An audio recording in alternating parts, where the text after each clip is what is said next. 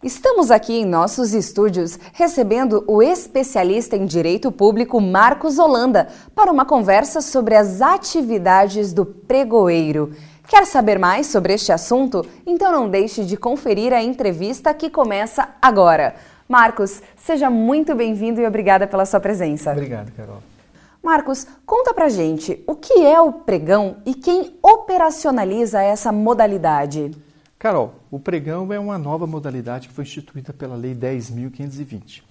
Ela, na verdade, se destina principalmente à aquisição de bens e serviços comuns. De um modo muito simplificado, são aqueles bens em que você tem uma especificação usual de mercado.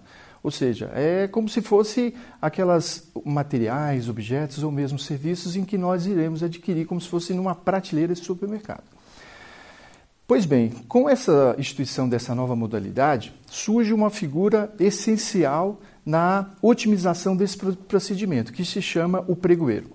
E esse pregoeiro, ele vai atuar não só como um gestor, mas sobretudo como um negociador da administração, porque ele vai, por intermédio de técnicas de negociação, fazer com que aquele produto, aquele bem, aquele serviço, seja o mais vantajoso para a administração pública.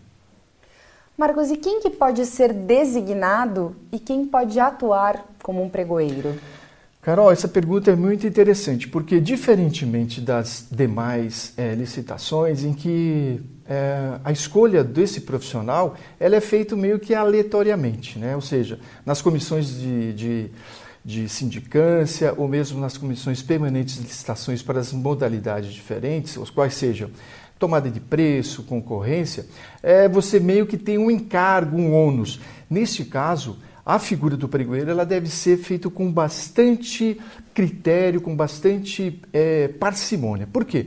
Porque esse profissional ele vai atuar de um modo em que ele vai efetivamente trazer bastante otimização da contratação pública. Como eu falei na questão anterior, ele além de ser um gestor, ele vai ser um negociador para obter os melhores preços, demonstrando exatamente a vantajosidade na aquisição de bens e serviços, né?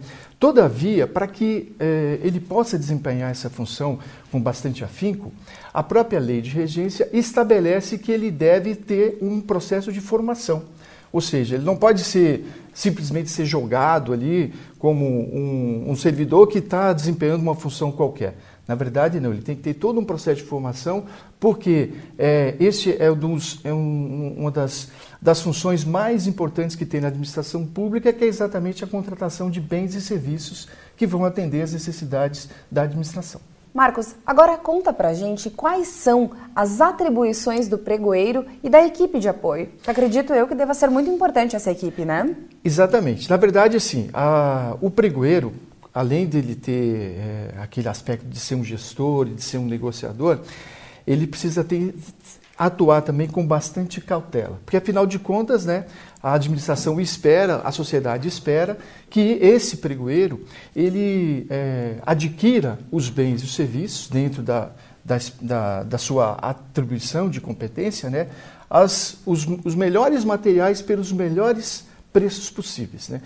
O pregoeiro, juntamente com a equipe de apoio, ela vai fazer o credenciamento dos licitantes, que vai consistir exatamente na verificação de documentos que estão previstos no instrumento convocatório, quais seja a identidade, o CPF, a procuração, ou mesmo se for o próprio proprietário que vai participar do certame, o contrato social para verificar se ele tem capacidade, enfim, de fazer os lances, né?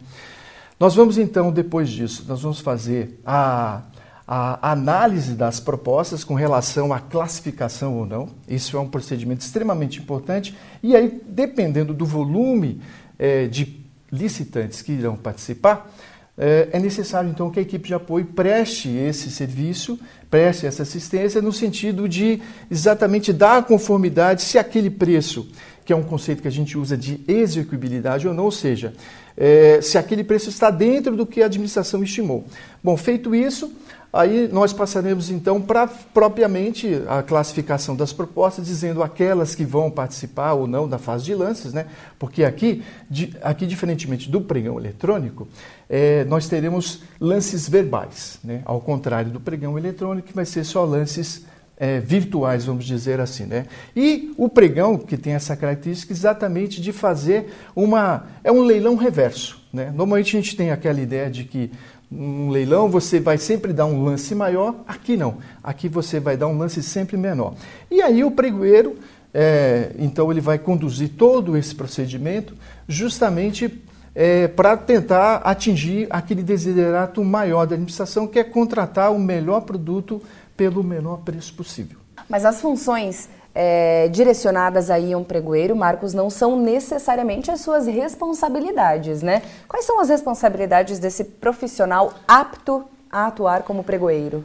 Então, o primeiro momento que o pregoeiro vai fazer, então, e aí eu acabei de falar um pouco da questão do pregão presencial, no eletrônico, então, dando sequência até essa continuidade de raciocínio, no pregão eletrônico, o pregoeiro vai fazer, o primeiro ato que ele vai fazer exatamente vai ser a classificação das propostas. Vai fazer esse exame, exatamente de conformidade com o preço que a administração estimou, e aí, após isso, ele vai fazer a fase de lances. A fase de lances vai consistir exatamente no momento em que as empresas irão lançar a mão das suas estratégias de negociação e ofertar os lances. E o pregoeiro o tempo todo vai estar interagindo com os fornecedores para verificar, porque muitas vezes o preço que a administração estimou, ela pode, num primeiro momento, não estar exatamente dentro da menor oferta de preço dos licitantes. Então, ele vai ter que interagir isso e, além de todos esses aspectos, o pregoeiro ainda vai fazer todo o tratamento com relação à verificação, depois de terminada a fase de lance, com relação à habilitação, a verificação de recursos, se os recursos são pertinentes ou não. E, enfim, basicamente seria isso. Tá certo. Marcos, com certeza é um tema que a gente podia ficar aqui conversando por muitas horas, né? Tem muitas particularidades.